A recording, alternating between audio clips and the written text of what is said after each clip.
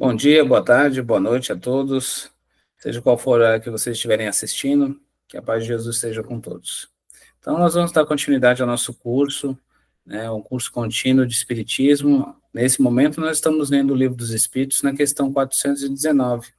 Então, vamos ver agora o que Kardec nos traz nas perguntas que ele faz à espiritualidade, o que ele quer perguntar. A transmissão oculta do pensamento, questão 419, ele diz o seguinte: que é que se dá, que dá causa a que uma ideia, a de uma descoberta, por exemplo, surja em muitos pontos ao mesmo tempo? Olha só que interessante. Então, como, por exemplo, uma ideia, ou então uma descoberta, seja qual for, ela acaba em vários lugares do planeta, começa-se a entender a respeito das mesmas situações e ter as mesmas ideias. Aí ele fala: já dissemos que durante o sono os espíritos se comunicam entre si. Ora bem, quando se dá o despertar, o espírito se lembra do que aprendeu, e o homem julga ser isso um invento de sua autoria. Assim é que muitos podem simultaneamente descobrir a mesma coisa. Quando dizeis que uma ideia paira no ar, usais de uma figura de linguagem mais exata do que supondes. Todos, sem o suspeitarem, contribuem para propagá-la. Isso aqui é a resposta que o Espírito deu para Kardec. Kardec coloca uma nota no final aqui, diz: desse modo, o nosso próprio Espírito revela muitas vezes a outros espíritos, malgrado nosso, o que constitui objeto de nossas preocupações no estado de vigília. Então, o que acontece? Não só a questão da ideia, né, a transmissão do pensamento, como também a questão da comunicabilidade com os espíritos. Então, quando você pensa alguma coisa, você transmite esse pensamento. Esse pensamento, quem estiver na mesma sintonia vai captar e vai interpretá-lo da forma correta, porque o pensamento ele tem uma clareza que a linguagem humana falada não tem.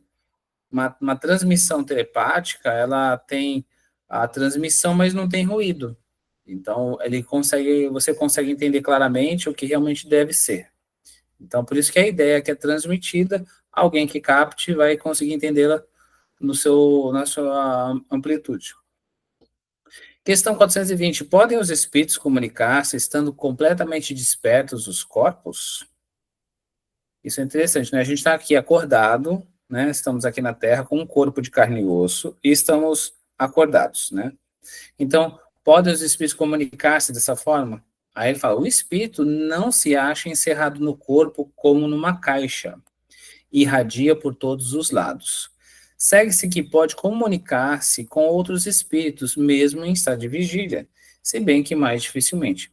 Então, o que acontece? A gente tem que lembrar sempre que nós não temos mundos separados. Nós vivemos como espíritos atrelados a um corpo físico, mas não significa que nós não temos conexão com o mundo espiritual. É totalmente diferente. O mundo espiritual, ele permanece atrelado ao nosso. São como se fossem reflexos um do outro. Nós, por exemplo, quando estamos na matéria e nós executamos uma série de ações, repercute no nosso corpo perispiritual. Então, vamos supor que eu tenho uma determinada prática ou determinado hábito. Isso vai imprimir no meu perispírito a somatória de todas as ações praticadas nessa vida. Assim como acontece também em todas as situações que o espírito faz fora do corpo, o corpo sente também esses mesmos choques se fosse uma situação negativa ou uma coisa positiva, né?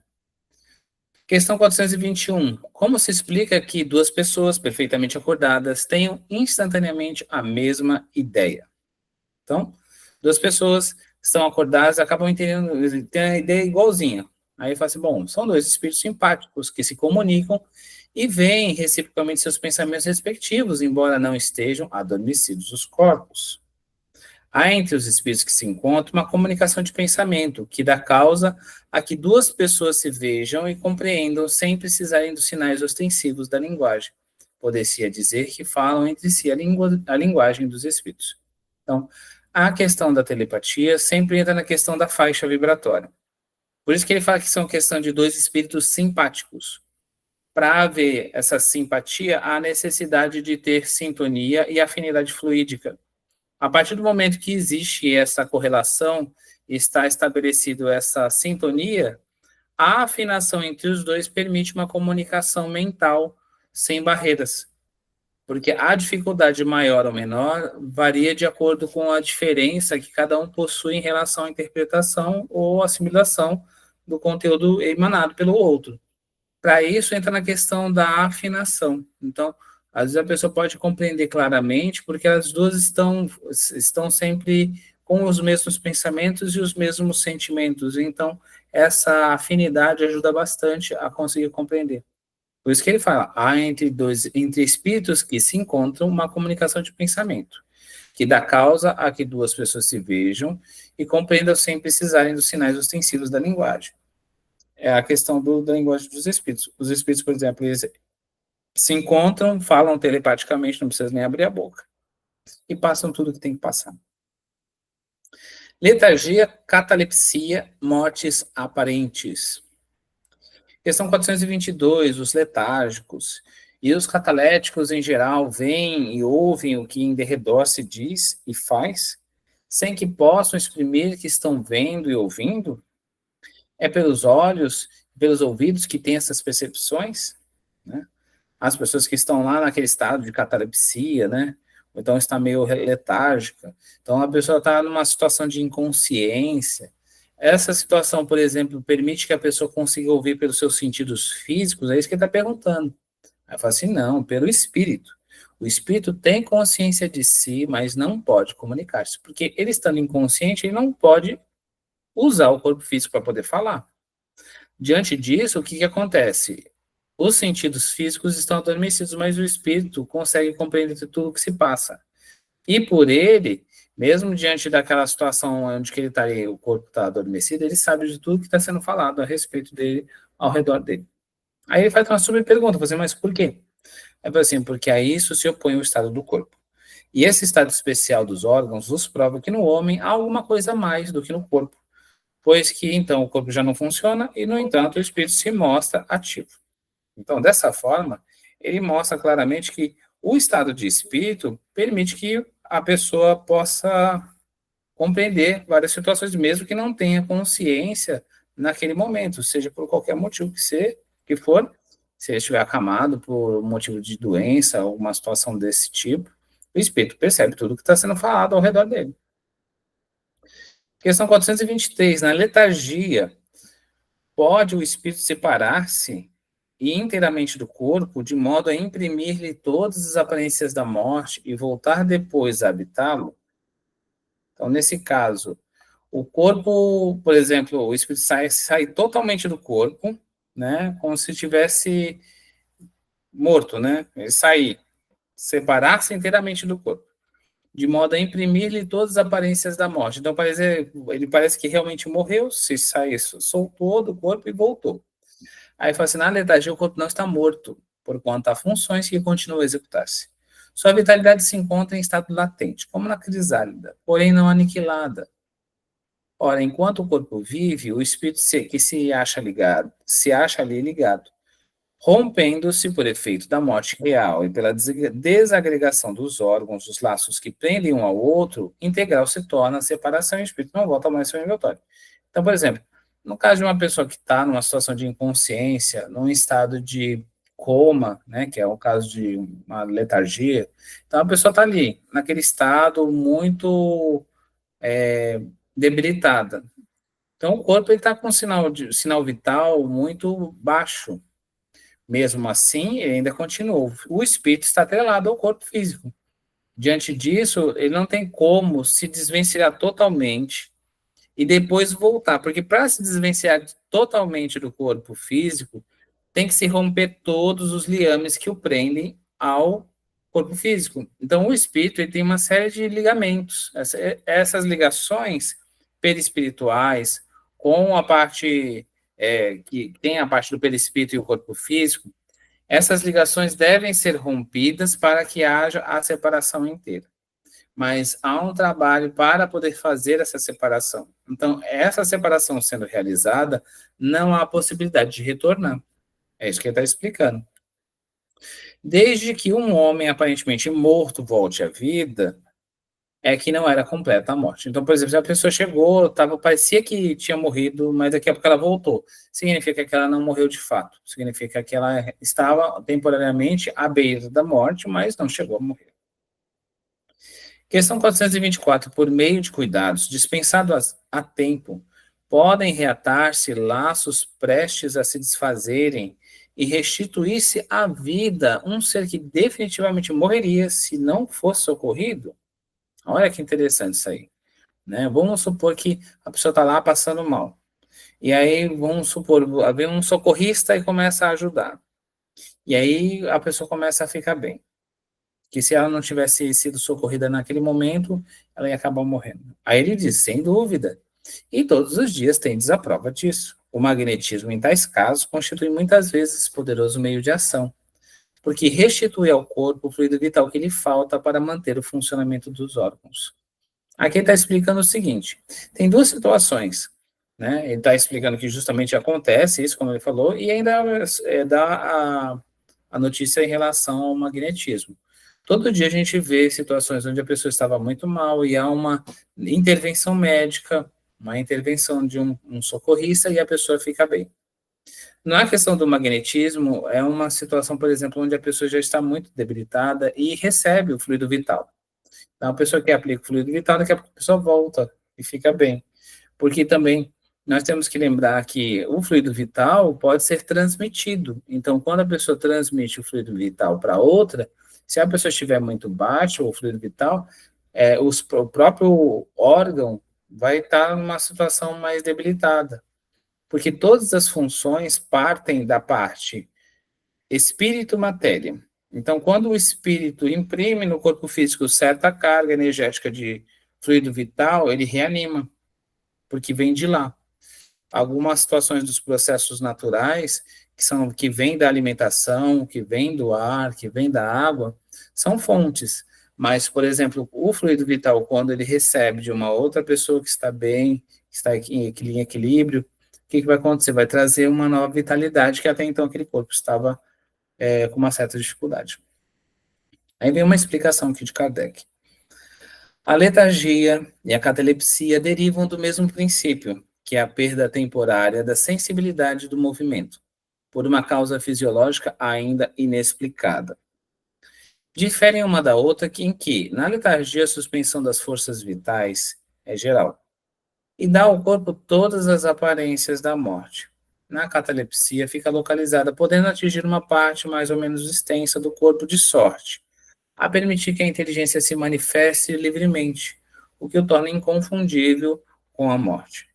A letargia é sempre natural. A catalepsia, por vezes, espontânea, mas pode ser provocada e suprimida artificialmente pela ação magnética.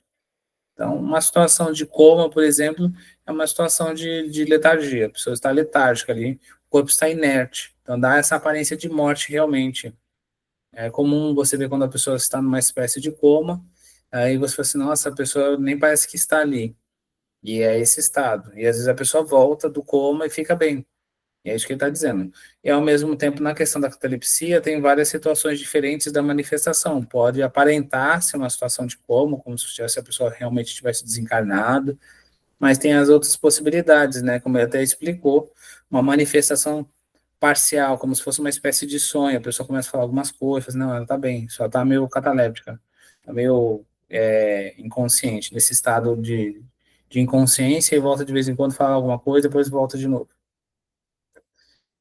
Vamos agora partir para o sonambulismo. Questão 425.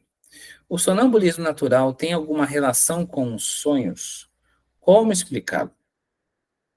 E aí, os espíritos explicam, é um estado de independência do espírito mais completo do que no sonho.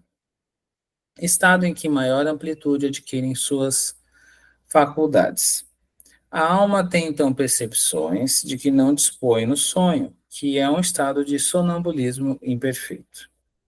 Aí ele diz o seguinte: no sonambulismo, o espírito está na posse plena de si mesmo. Os órgãos materiais, achando-se de certa forma em estado de catalepsia, deixam de receber as impressões exteriores. Esse estado se apresenta principalmente durante o sono, ocasião em que o espírito pode abandonar provisoriamente o corpo, por se encontrar este gozando do repouso indispensável à matéria. Então, aqui ele explica, né? No sonambulismo, o espírito está de posse plena de si mesmo, né? E os órgãos materiais são, de certa forma, estado de catalepsia, que eles estão meio paradinhos, né? E deixam de receber essas impressões exteriores. Ele acaba não sentindo muito o que acontece ao redor dele.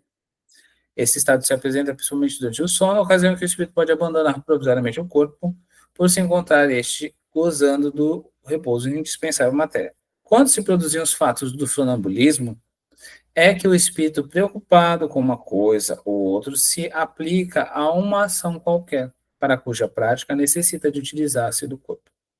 Serve-se então deste, como se serve de uma mesa ou de outro objeto material no fenômeno das manifestações físicas, ou mesmo como se utiliza da mão do médium nas comunicações escritas, nos sonhos de que se tem consciência, os órgãos, inclusive os da memória, começam a despertar.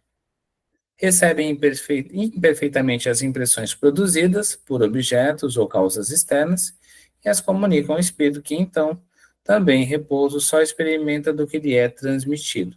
Sensações confusas e a miúde desordenadas, sem nenhuma aparente razão de ser, mescladas de que se apresentam de vagas recordações, quer da existência atual, quer de anteriores.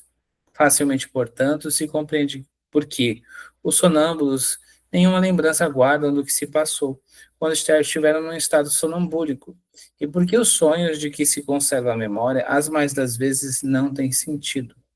Digo as mais das vezes porque também sucede serem a consequência de lembrança exata de acontecimentos de uma vida anterior, e até, não raro, uma espécie de intuição do futuro. Então, no caso desse sonambulismo natural, é aquela situação onde a pessoa acaba dormindo, tem aquela situação de o espírito se desprende parcialmente do corpo ou totalmente, e aí ele está mais atrelado ao corpo físico, às vezes, como ele falou, né, acaba utilizando para alguma situação da parte do corpo e acaba ficando, vamos dizer assim, meio atrelado a ele. Então, ele também nesse estado, ele acaba podendo chegar e entrever, perceber certas situações, ou do futuro, ou lembrar de algumas situações de vidas anteriores. Às vezes comenta coisas, falam coisas que não tem muito nexo. Então, são estados diferentes, né?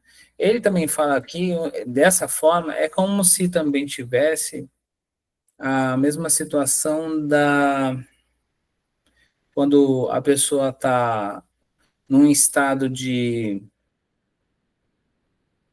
projeção, né? Quando a pessoa se projeta e consegue visualizar todas as situações fora com o estado de espírito liberto, também é chamado uma espécie de sonambulismo também. E a gente provavelmente vai ver mais à frente. Questão 426. O chamado sonambulismo magnético tem alguma relação com o sonambulismo natural? Aí vai a mesma coisa, com a só diferença de ser provocado. E de que natureza é o agente que se chama fluido magnético? Fluido vital, eletricidade animalizada, que são modificações do fluido universal.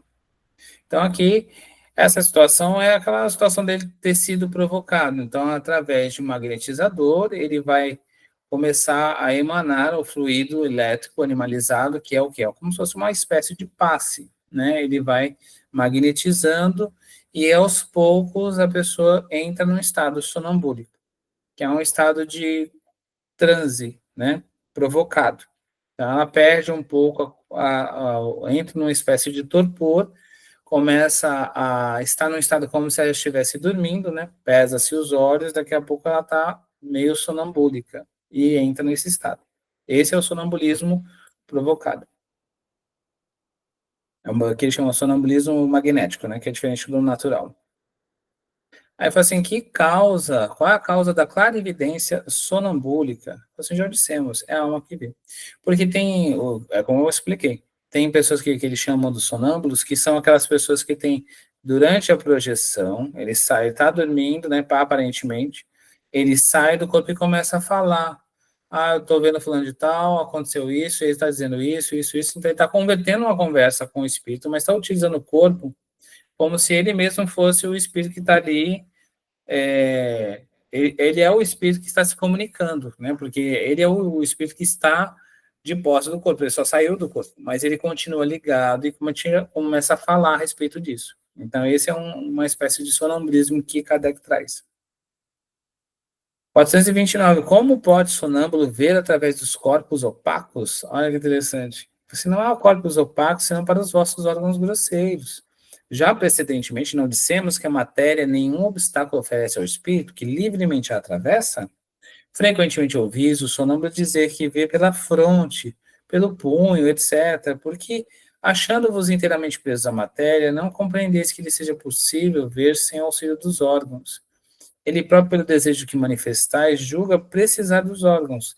Se, porém, o deixasseis livres, compreenderia que vê por todas as partes do seu corpo, ou melhor falando, que vê de fora do seu corpo. E é verdade, você tem uma visão de tudo, você simplesmente consegue enxergar todas as coisas. Porque o espírito é uma luz, né? Nós somos luzes, como espíritos libertos, quando a gente sai da matéria, nós temos essa visão. E a gente consegue compreender que tudo fica mais claro, todas as coisas são perceptíveis, você pode sentir sem necessidade de tocar, você basta desejar e a sua vontade te expande até lá. Então, quando você pensa em algum lugar, o seu corpo mental se expande até aquele lugar e o alcança, sem precisar sair daqui. Então, basta desejar, a sua visão se amplia e você viaja pelo tempo e espaço se for necessário, para poder atingir. Tudo depende muito da questão das capacidades que você já tem. Por isso que, quanto mais evoluído o espírito, mais capacidade de ir mais além, seja no tempo ou no espaço, ou conseguir perceber mais coisas. Essa é a diferença principal. Vamos parar aqui na questão 431, para depois a gente dar continuidade. Agora nós vamos fazer a continuidade do livro, Calma.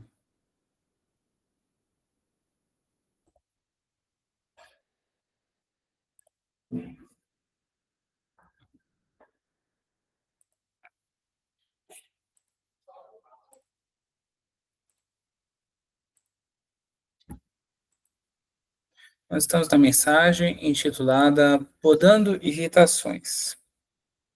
Vamos ver o que Emmanuel nos traz em relação a isso. Se ainda trazes, porventura, o hábito de encolerizar-te, e se já consegues reconhecer-lhe os prejuízos, podes claramente erradicá-la, atendendo à própria renovação. Inicia as atividades diárias pensando em Deus e agradecendo as tuas possibilidades de fazer o bem. Medita racionadamente ante o clima de conhecimento superior que já possuis, na certeza de que te encontras na ocasião de expressar o melhor de ti mesmo. Então, vamos começar. Se a gente pensar na questão das dificuldades que a gente tem em relação à paciência, né, a gente consegue entender. Porque os Espíritos nos convidam a gente atender essa renovação, essa mudança.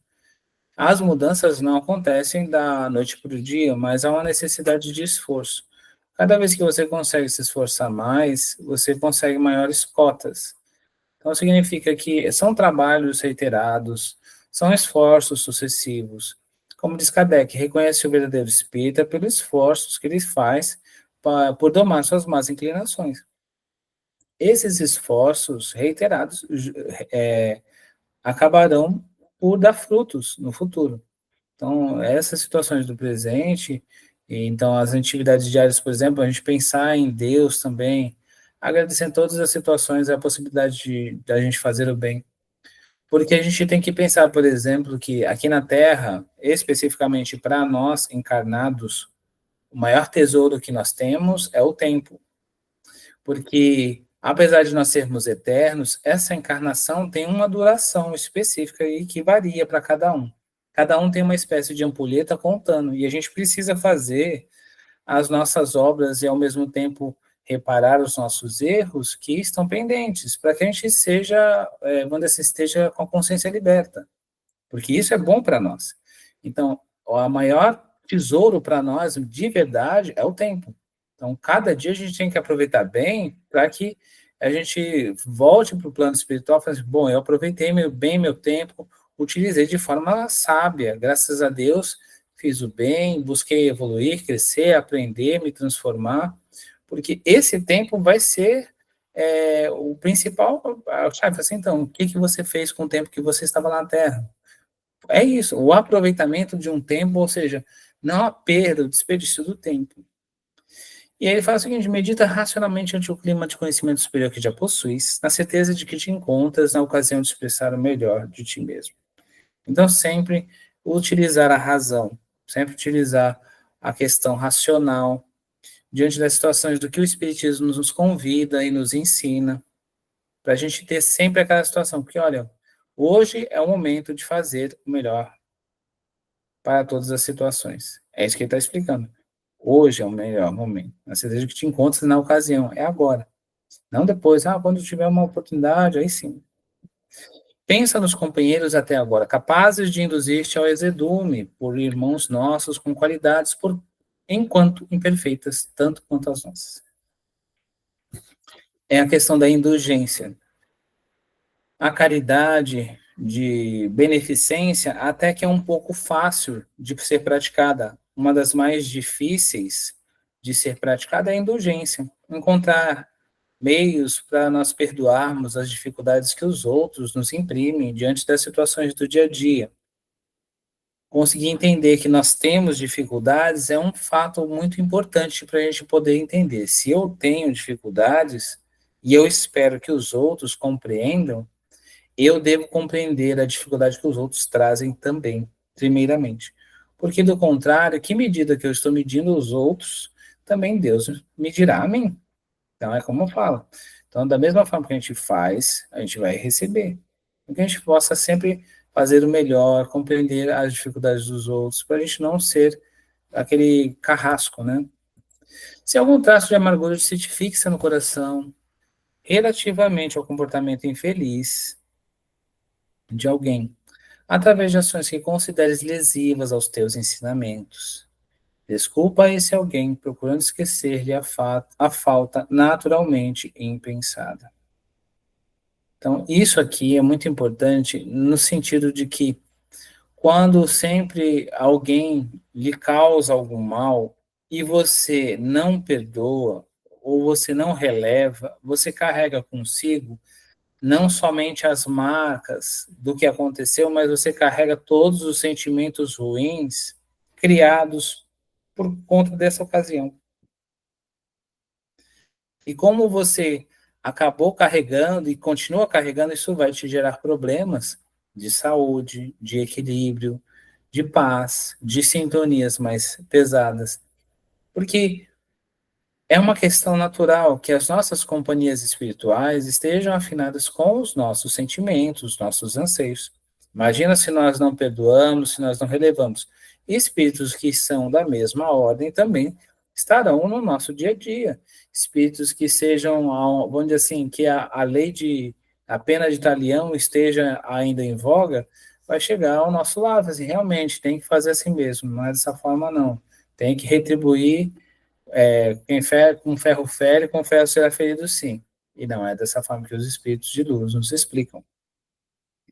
Pondera que se os outros erram, também nós erramos. Basta, às vezes, na condição de espíritos ainda ligados às múltiplas faixas da evolução terrestre. É o convite a gente perdoar, relevar, porque a gente erra muito, muito, e vai errar muito. Então, os outros erram com a gente, vão relevar e vão seguir em frente. Não aceites por infalível, a fim de entenderes com indulgência aqueles que acaso te falharem a confiança. Então, quer dizer, a gente já conhece as nossas dificuldades e as nossas fraquezas, ou seja, nós falhamos. Quando acontecer de alguém falhar conosco, e às vezes fala assim, poxa, mas eu achei que você não ia fazer isso comigo. Eu confiei em você e aconteceu isso. Eu falei, poxa, então, é como ele está dizendo, assim, não te aceites por infalível, porque não tem isso na Terra. Então, mais que você tente fazer o possível, faça de forma correta, ainda assim sempre vai ter uma coisa ou outra que a outra pessoa não esperava. e você às vezes nem pensava que essa sua atitude a outra pessoa não esperava. Para você, às vezes, está tudo certo, e para o outro, não. E aí, para o outro, pode ser que seja um absurdo, e para você, uma coisa não era tão negativa, até uma coisa até natural, e aí depende da situação.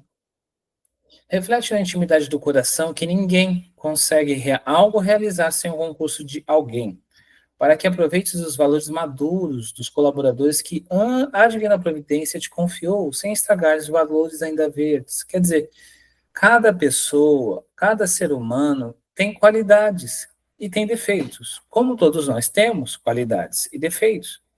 Vamos supor que a pessoa ainda não tem certas habilidades. Essa pessoa, ela não tem certa desenvoltura.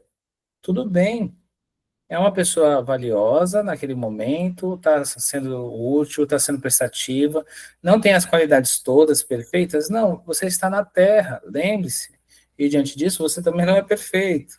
Então, aceita os outros como são. Aquilo que ainda há para se desenvolver acontecerá no tempo de Deus, quando assim a própria pessoa ou vai passar por vidas sucessivas, por experiências sucessivas, até que o momento aconteça.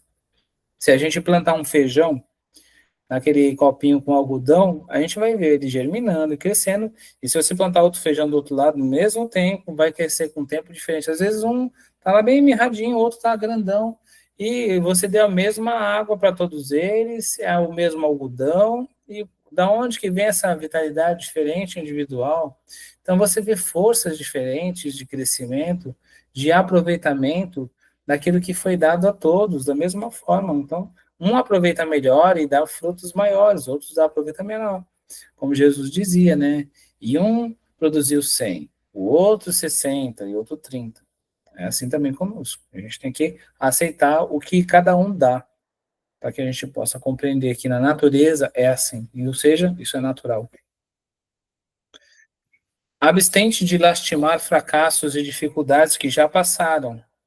Entrega-te à reconstrução da própria paz em base de serviço e discernimento. Então, às vezes você passou por dificuldades ou você fracassou em algumas situações que você esperava ter sucesso, seja no que for. Pode ter sido um objetivo de vida, uma aquisição financeira, um relacionamento, uma mudança de vida, seja do que for. Essas dificuldades que vêm ou os fracassos que aconteceram fazem parte do seu crescimento. Então, faz parte da sua bagagem de vida. O fracasso, ele ensina também que é um caminho que não é para ser trilhado. Então, a partir do momento que você errou, aí eu falhei nesse ponto, tudo bem. Então, você já sabe uma forma que não dá certo. Isso também é conhecimento, isso também é experiência. Vai te dar a possibilidade de você fazer, por aqui eu já sei que não é, e por aqui eu não vou. E aí o que acontece? Com essas dificuldades você cresce também. Só que aí ele fala assim, você tem que se entregar através de serviço e discernimento, separar as coisas, compreender aquilo que você tem condições de ter controle e o que não tem. Você tem controle de tudo aquilo que você pode produzir, mas você não tem controle do que a vida te reserva ou diante daquilo que o outro vai lhe dar. Então você não tem controle sobre isso. Então faça a sua parte, faça bem feito e aguarde o que for o que for para ser seu, o que for de Deus para te dar, ele vai te dar. Mas faça. Não nos esqueçamos de que nas mais complicadas circunstâncias a vida nos requisita a prática do bem. E por isso mesmo, qualquer ocasião para cada um de nós é tempo de compreender e abençoar, auxiliar e servir. Então, não vamos esquecer que todos esses momentos que a gente vive, a vida nos pede para que a gente faça as coisas boas, as coisas corretas. Por isso mesmo, qualquer ocasião, para cada um de nós, é tempo de compreender e abençoar, auxiliar e servir. Esse tempo que ele explica aqui é o tempo que a gente pode aproveitar para poder auxiliar. Cada vez que a gente aproveita o tempo para uma situação positiva para nós, ou seja, quando a gente, essa parte positiva para nós, significa, nessas dificuldades que a vida nos apresenta, a prática do bem sempre é uma boa saída. Então, quanto mais dificuldades você tiver, busque fazendo o bem. Porque se você quiser apagar o fogo, é com água. Se você quiser fazer o mal se dissipar da sua vida, é com o bem que você vai fazer. Então, as dificuldades vêm quando você precisa do crescimento, aí você aproveite as dificuldades, não blasfeme, não se revolte, não se encolerize por isso, não. Tem que compreender que a dificuldade veio, trace um plano de ação, peça orientação divina, siga em frente e haja. Trabalhe e tudo vai ser de acordo com a vontade do Pai. Mas faça a sua parte. Auxilia, serve, compreenda e abençoe. Agora nós vamos fazer a leitura da mensagem de Meimei para nós fazermos o nosso encerramento.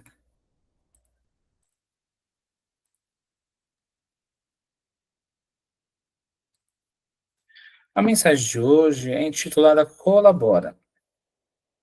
E ela diz o seguinte: sai de ti mesmo e ampara os que esmorecerem de inanição na vida íntima. Olha só, esmorecerem de inanição na vida íntima. Olha o alimento que falta na nossa vida íntima. Vamos ver. Se a compreensão já se te fez luz nos recessos da alma, reflete nos problemas da fome espiritual. Não existiria a delinquência na terra em tamanha extensão, não fosse a carência de recursos na sustentação da alma. Indaguemos dos companheiros internados em sanatórios e instituições outras de trabalho reeducativo para tratamento das alterações psicológicas de que são portadores, se teriam entrado em qualquer processo culposo caso soubessem quanto lhes custaria a recuperação. Conheces as estatísticas referentes às áreas do planeta ameaçadas pela falta de pão? Medita nas multidões, em todos os setores da experiência terrestre que clamam por esclarecimento e consolo, segurança e tranquilidade. Fotografas a presença de certas enfermidades no corpo através da radiografia. A biópsia fornece a exata notícia do câncer. Quem fará a identificação do desânimo no caráter juvenil ou da tempestade de lágrimas que arrasa um coração materno? Não é verdade? Quem faz esse diagnóstico, né? Sai de ti mesmo e ampara os que esmorecem de inanição na vida íntima. A fome do estômago grita e agride. A fome do coração, no entanto, é anestesiada pelas sombras da ignorância, quando as sombras da ignorância acerca de Deus e da imortalidade alcançam as forças do sentimento. Tolera, serve, eleva e abençoa. Para auxiliar na extinção das trevas de espírito, ninguém te pede espetáculos de grandeza. Basta te disponhas a estender essa ou aquela migalha de amor num raio de luz.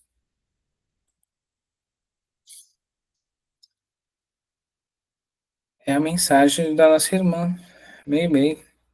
É muito fácil a gente, hoje em dia, com os recursos tecnológicos, a gente compreender uma série de problemas, por exemplo, do ponto de vista do corpo físico. A gente consegue, sim, ao mesmo tempo, se quiser, até mesmo no nosso celular, ter uma série de dados estatísticos sobre várias coisas diferentes, se você queira observar. Se a gente quiser ter ciência a respeito de problemas que estão afetando a Terra ou uma região, se a gente quiser saber como que está determinado desenvolvimento ou não. Então, a gente tem essas possibilidades todas à nossa mão. E o convite da Meimei aqui é a questão do que nós podemos fazer. Por isso que a mensagem é intitulada Colabora, né? Para a gente poder ajudar esses que têm fome de pão e de luz. Então, a mensagem de hoje é essa. Muito obrigado a todos pela presença e até a próxima.